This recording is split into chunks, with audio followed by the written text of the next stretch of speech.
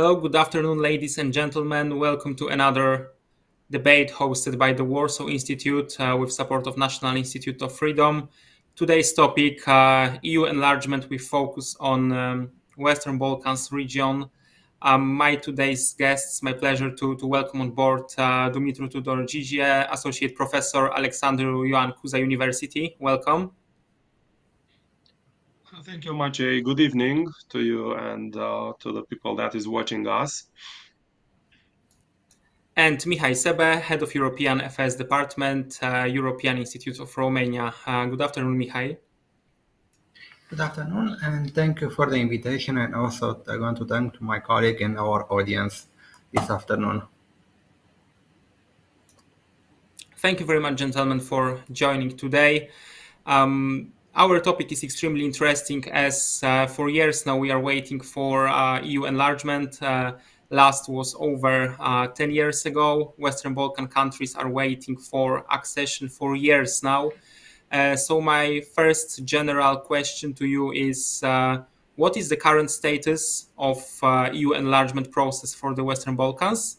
And which country is the closest to joining? And after that, what time do you expect to have first enlargement within Western Balkans? More or less, if you could just predict any possible timeline for that. We'll start with Mihai Sebe.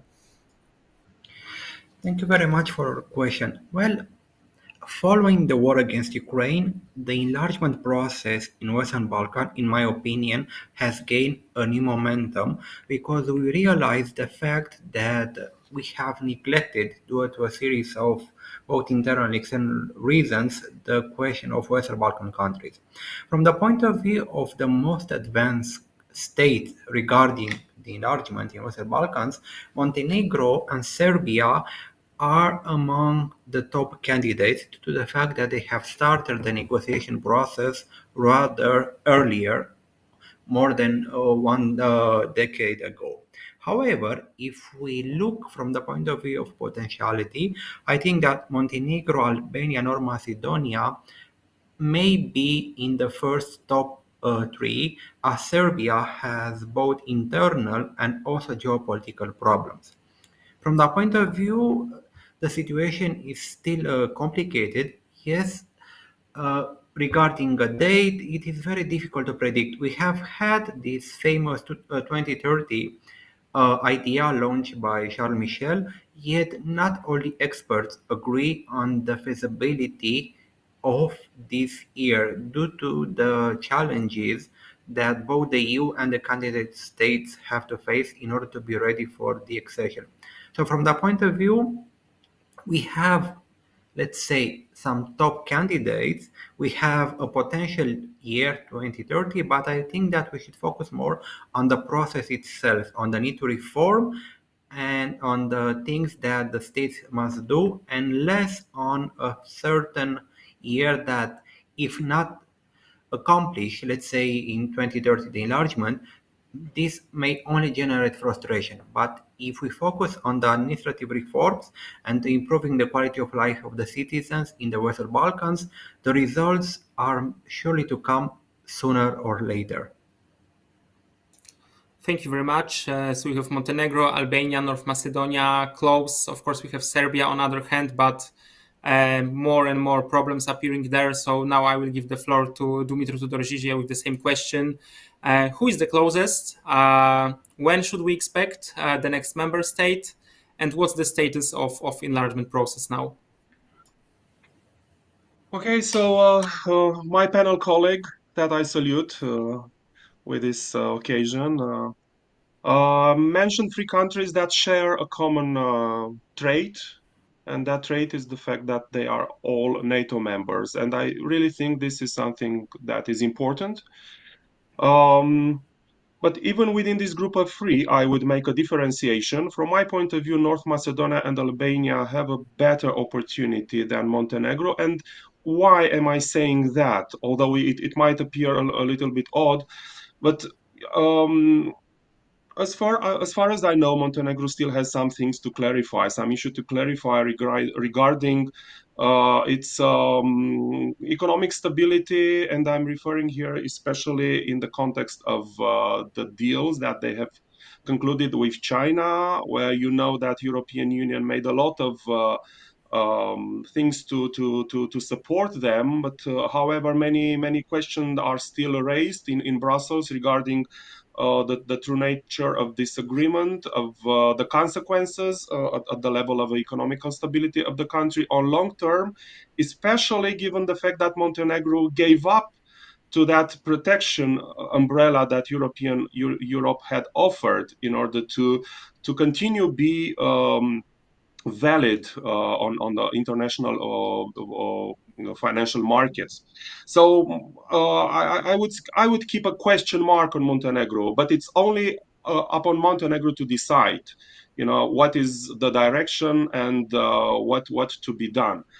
Regarding North Macedonia and Albania, you know that they are in the same package when it is about the process of joining the European Union, and it makes a lot of sense given the ethnical interminglings between these two countries. Um, if something good is going to happen in terms of political stability in both Bulgaria and North Macedonia, and we will have a final agreement concluded between the two countries, then I think North Macedonia has the fastest, clear path towards association, towards joining EU, and Albania will come within the same package with North Macedonia. Now, regarding Serbia, Kosovo and Bosnia and Herzegovina, I would also mention these two countries. I think that there is indeed a problem. Serbia, well, Serbia had started indeed the negotiations in the first wave, but however, Serbia is not behaving right now as a real member of the club. So there are many countries that are looking with question marks. Once again, I will use this expression when it is about supporting the Serbian part towards European Union. But in the meantime, Serbia is not supporting, for instance, the package of sanctions against Russia. Russia being today the biggest threat to European Union as a whole. So I would put Serbia indeed into another pot. Bosnia and Herzegovina, we all know that has internal problems that are inherited even from its birth, and that are always easy to be heated from time to time, as we noticed. And Kosovo has another kind of problem, the formal rejection, of its recognition from 5 European countries, Romania being one of them, for juridical reasons. So this is, in brief, what I think about the 6 countries involved in the process. Now, regarding the deadline, I agree with Mr. Sebe that it's not impossible before 2030. 2030, it is indeed a deadline that was established. It is good to have this kind of deadlines on the roadmap. Um, but before 2030, I don't think it is possible, given the complexity of the process and the complexity of the phenomena that are happening in this part of the world. Thank you very much.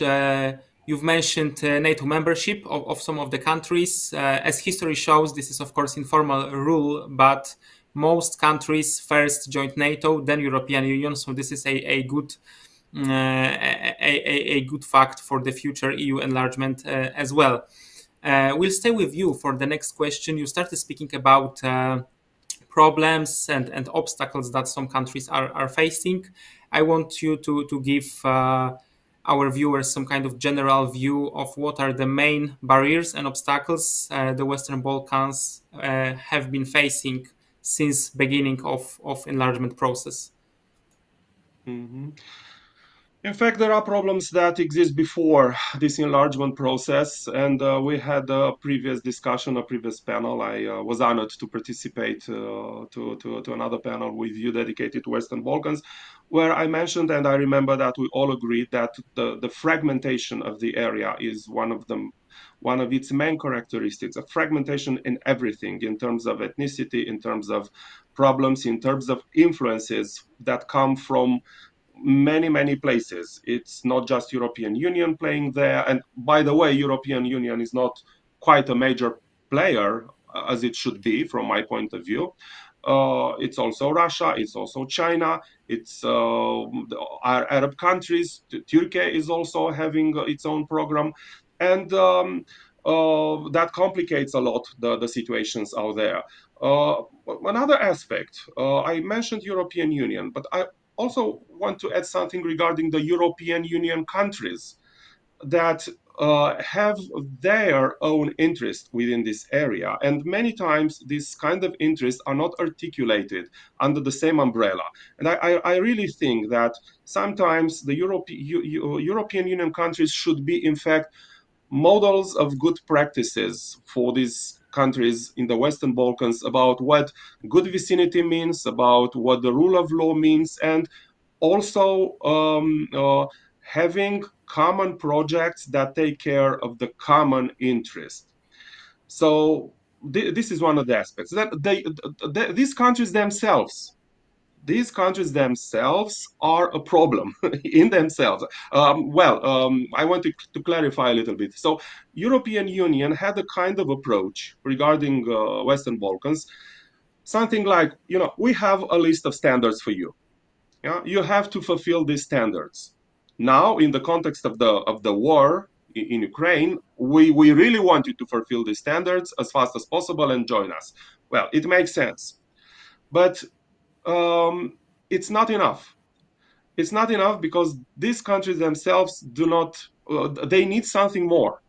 They need some more guidance. They need some more clear roadmaps. They have to be also supported with funds because every kind of enlargement costs, and all these things do not exist. So you see, there are problems within, there are problems from European Union, there are many other players that are adding complexity to this area and to the enlargement process as a whole. So three types of factors. Thank you very much. You've mentioned very important thing that still Western Balkans is a region open for threats coming from and influences from Russia or China or even Turkey. So this is a really geopolitically important region for everybody, for empires, for European Union. So definitely this enlargement process would give a lot to this region. Of course, having also in mind what you've said later, that they need to be supported economically. Even looking at the scope and the size of those countries, this shouldn't be as big economic challenge for European Union as it might look like. But let's give the floor to Mihai Sebe with the same question of primary barriers and obstacles regarding EU enlargement in relation to Western Balkans. Well, regarding Western Balkans, like I like to quote often, we need two to tango, or in this case, at least 6 plus 1 actors to have, let's say, this sort of dance. And why do I say need two for tango? First of all, we need also to look in the backyard of the European Union as such. And here, when we analyze the EU policies, we notice first and foremost a lack of commitment. After Croatia joining the EU, we have seen more or less due to important factors such as the pandemic, Brexit, the war, more or less the economic crisis slowed interest toward enlargement.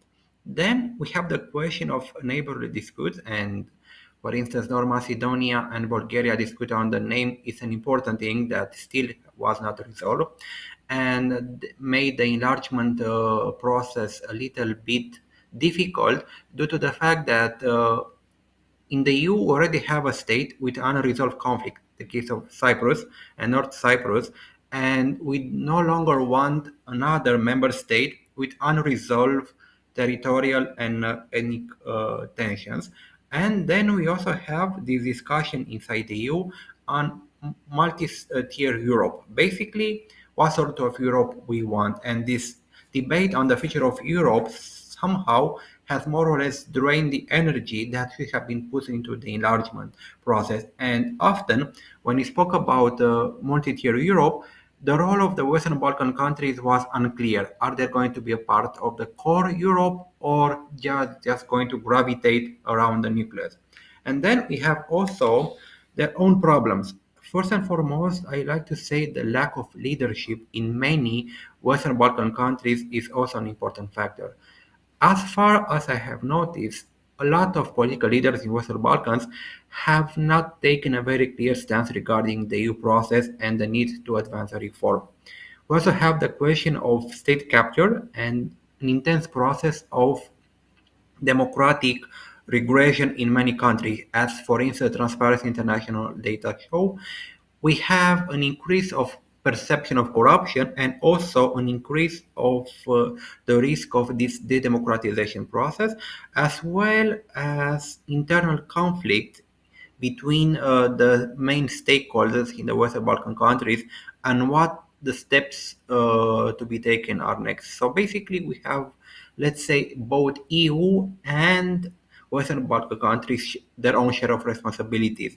And it is unjust, in my opinion, to point only to one actor, but we should all admit our part of wrongdoing and also the fact that sometimes what an actor did or did not do influenced the other side. So if the EU lack commitment on the Western Balkans, then maybe we should not be surprised that many Western Balkan states tend to put the EU accession process on the second or third place and try to speak with other third parties actors that may offer them what they perceive to be better condition or at least a minimum amount of interest due to their needs and geopolitical position.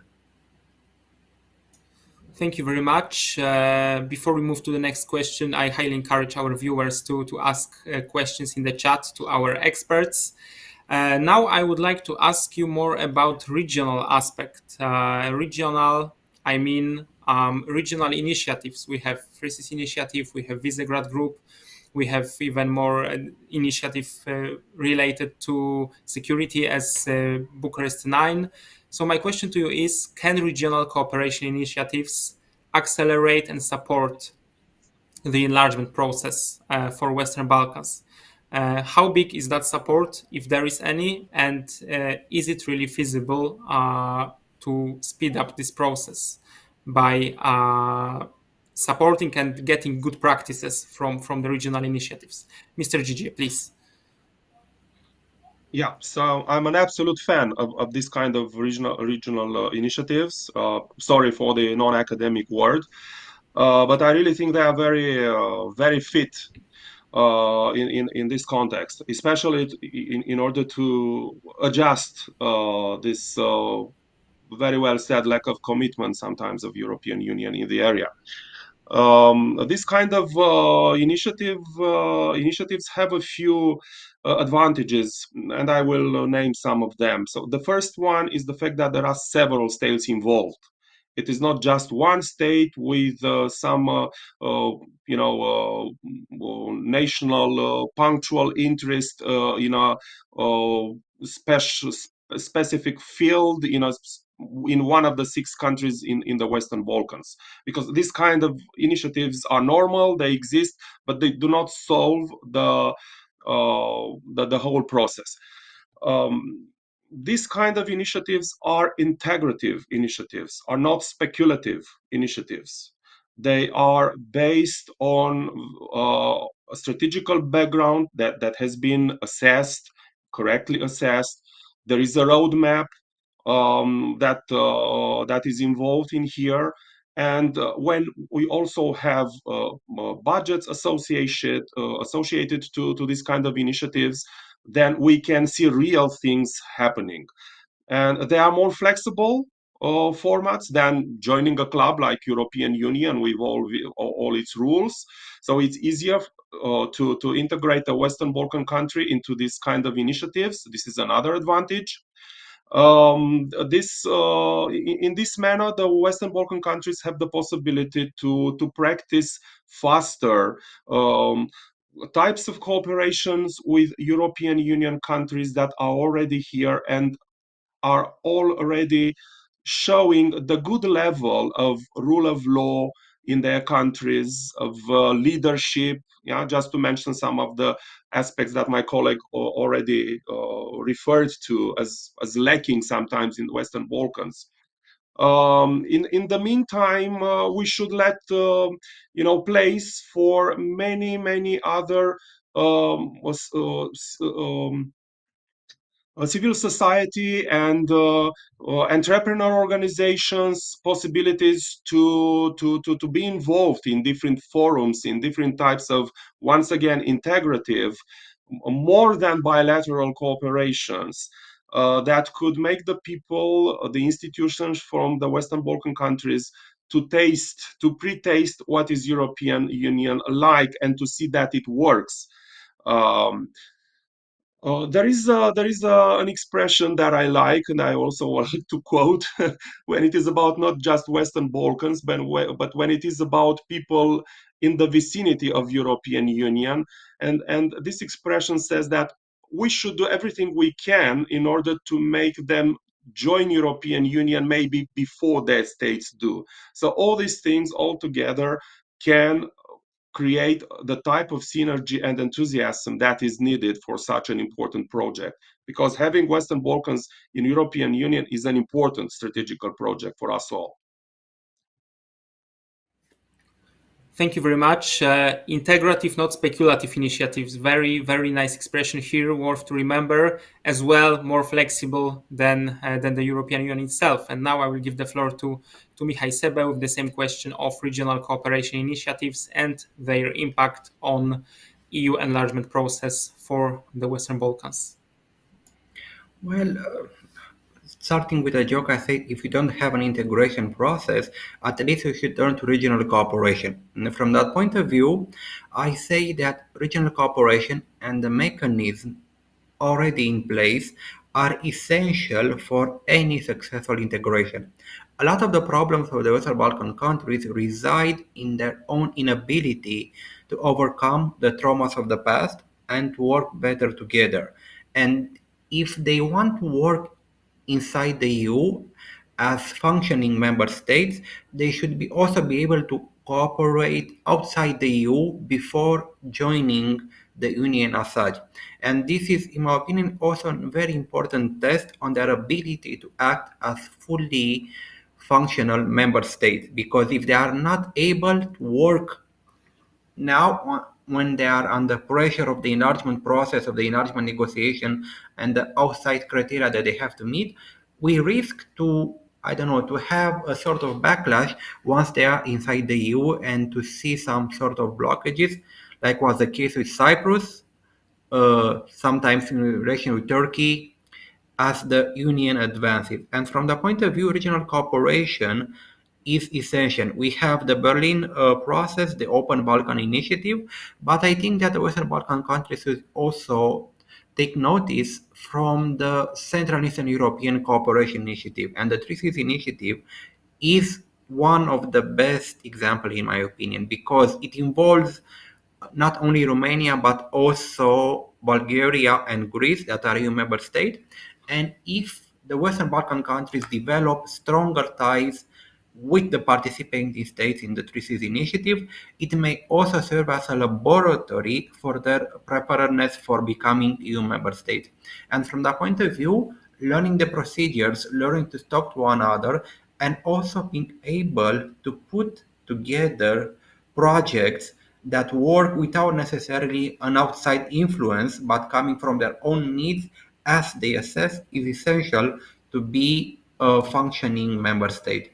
And from that point of view, regional cooperation is, I don't know, a prerequisite, in my opinion, for any other advancement in this process. And if the Western Balkan countries are able to show to the outside world that they can work together in regional cooperation or this type of formats, then this would also advance their cause for becoming EU member states, and maybe for some of them, the 2030, let's say, deadline might just become reality. Thank you very much. So we can all agree that development, advancement, those are the profits coming from regional cooperation formats. We'll stay with you, Mihai, for the next question. Speaking of enlargement, you've mentioned the case of Cyprus, which was really interesting case that wouldn't work in current enlargement policy of the European Union. But speaking about following enlargements, I have to ask you about Ukraine. How feasible is Ukraine accession to European Union, and if it is feasible, can it happen before Western Balkan countries? Well, it's a very difficult question because we are now in front of several premieres, some of them tragical for the EU, such as opening negotiation with a country at war with another country. This is something new for the EU and for the negotiator as such, and this may influence the outcome and the timeline for accession. We also have another unresolved question on behalf of the EU this time, meaning the internal reform of the EU and the question of budget. As early as next year, we are going to start negotiation for the new financial framework. And if we can set this financial framework to be prepared for enlarged EU, this is a totally different type of question. For instance, as Poland is going to have the presidency of the EU Council, they may start, and you may start, thinking about how you can put a negotiation for a new financial framework on a better track for enlargement from that point of view, given that Poland, like Romania, is also I don't like this term, more or less a still new member state by comparison with other member states of the EU. And having fixed this financial aspect and how the EU should rearrange its institution to welcome new member states is an important part of the answer when Ukraine is going to be ready to be a part of the EU. Because in the same time, we need to have negotiation with the country with complex problems at war, and at the same time, we should also solve the internal architecture of the EU in order to accommodate new member states. As we already see more or less, and regarding this internal architecture of the EU, I think that we should also put to use what we already have in the treaties. In my personal opinion, a discussion about a new treaty of the EU is something that is a no-go from the political point of view for the next decade, in my opinion, as the outcome may be complicated. So putting to use what we already have and we have not yet fully used from the point of view of policy and institution is important, and also trying to adapt to the negotiation with a country currently involved in a complicated war.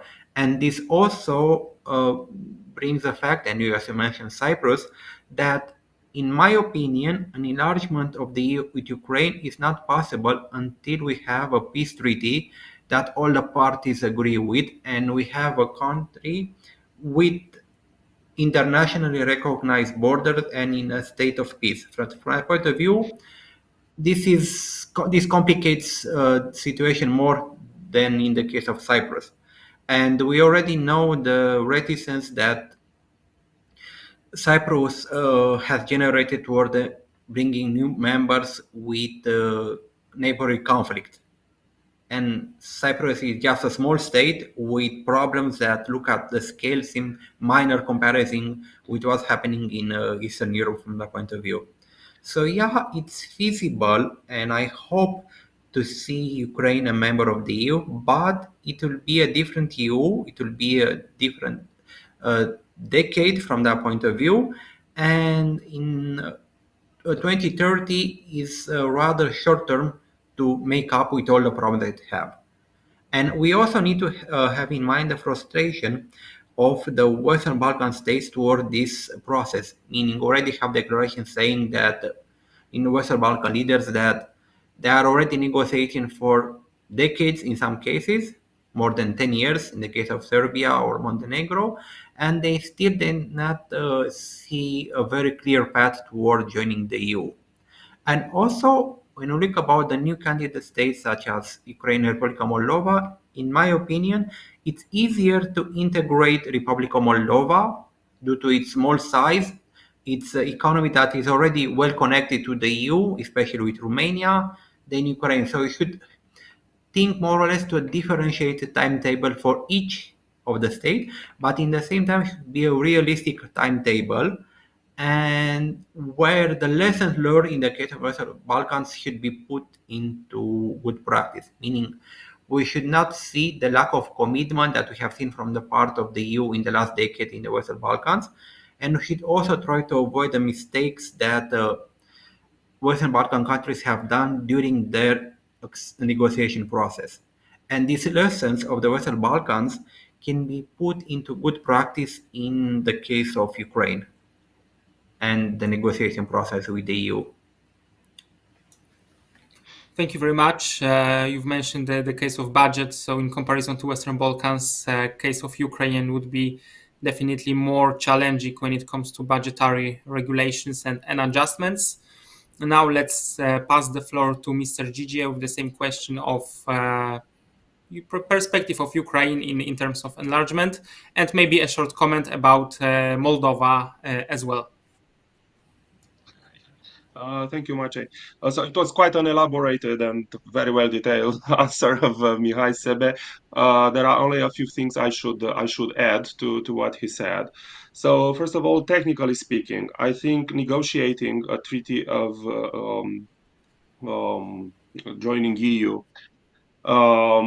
within in this context, in war context, it's practically impossible. It's very very difficult. What exactly to discuss? What objectives to put in every chapter, given the fact that you don't know what is the final situation in Ukraine. So the process of negotiation itself is, from my point of view, very difficult to be put into action. But let's be straight about.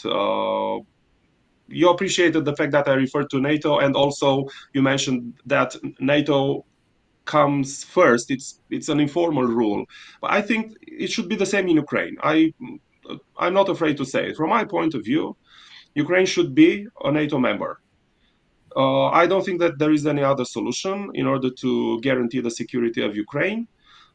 It's no other solution from my point of view to guarantee, or let's put it in a different manner. It would be much better for Europe to have its security assured, having also Ukraine in as a NATO member. I know that this kind of discussion are not always very well received in some capitals, but let's face it, this is what is in front of us. This is the real question. Are we prepared to help Ukraine to join NATO or not? If the answer is yes, and if we do it, and Russia will accept it in a way or another, then we can discuss the next point, that is joining European Union, which is indeed a very complex project given the nature of Ukraine as a state. And indeed, European Union will be a very different country with Ukraine in it.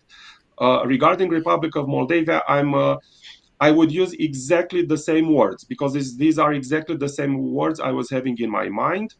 It's much easier to integrate Republic of Moldova, and it's easier not only because, for being a small country, for having an economy almost already integrated into European Union, mainly through the ties with Romania, that has already energetic connections with Romania and a lot of energetic projects that are still unfolding that will solve very important aspects regarding the viability of Republic of Moldova as a state. And there are some other aspects too. Republic of Moldova does not have a complex economy. So not having a complex economy, not having complex problems to discuss, the process of negotiation would be more focused on fewer things than in the case of Ukraine, and it's going to be easier to get an arrangement regarding Republic of Moldova treaty. And another aspect, it is important for us in Romania mainly, but we should share to you. Republic of Moldova has the very same language as official language, and this is also an important thing because everything is already translated. You know, you don't have to. It's just a matter of adjusting. The chapters of the treaty. It's not to do it from the scratch. So there are many aspects that would favor Republic of Moldova joining EU before joining NATO, especially since in Republic of Moldova there is not a big enthusiasm regarding NATO as it is in Ukraine. Thank you very much. NATO membership for Ukraine, I'm sure we can have another huge debate or two debates on that, and probably we will. And gentlemen, that was the last question for today. Thank you for sharing your views on the Western Balkan perspectives and obstacles and NATO membership for Ukraine and EU membership for Ukraine. We've touched a lot of interesting topics today. So thank you very much for being on board today. And thank you to our viewers for observing us and following our events. Hereby, I want to invite everyone to follow our next online event, which is taking place on Wednesday. This Wednesday, 6 p.m., we will speak about defense and security in European Union and Europe in general. So I highly encourage everyone to watch. That's all for today. Thank you very much, and I wish everyone a pleasant rest of the day. Thank you very much for your kind invitation. And also, as a final disclaimer, these are my personal opinions. I have to say that every time. Another institutional one. Thank you.